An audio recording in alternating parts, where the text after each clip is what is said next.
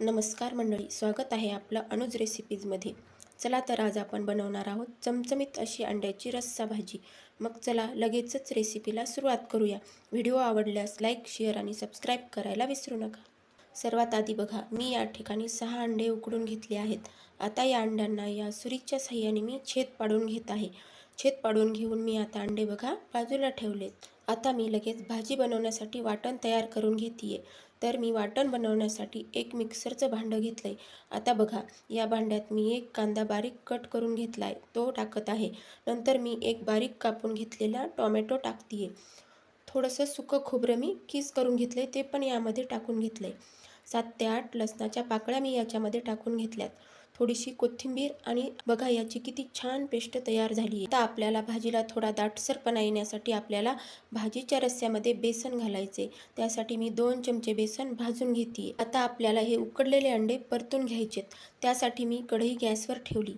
त्यात आपल्याला अर्धा चमचा तेल टाकायचे। आता तेल थोडं गरम झालं की आता मी त्यात अर्धा चमचा हळद व अर्धा चमचा काश्मीरी लाल मिरची पावडर टाकून घेतली आहे। हे उकडून घेतलेले अंडे मी यात टाकत आहे।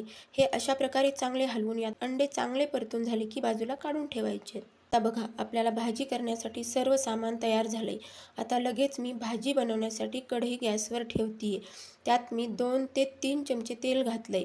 आता बघा, तेल चांगलं गरम झालंय। मी त्यात तयार करून घेतलेलं वाटण टाकून घेतलंय। अशा प्रकारे ते चांगलं भाजेपर्यंत हलवून घ्यायचंय। बघा, आता वाटण चांगलं भाजलंय व त्याला तेल पण सुटू लागलंय।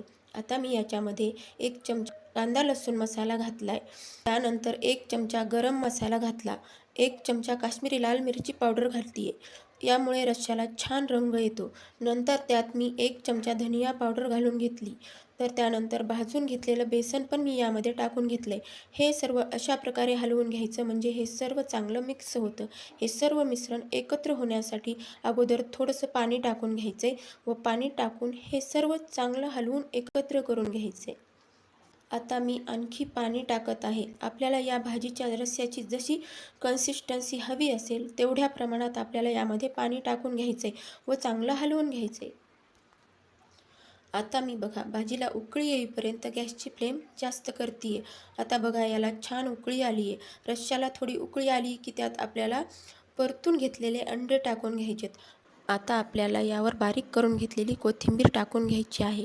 आता बघा, अंड्याची छान अशी रस्सा भाजी तयार झाली आहे।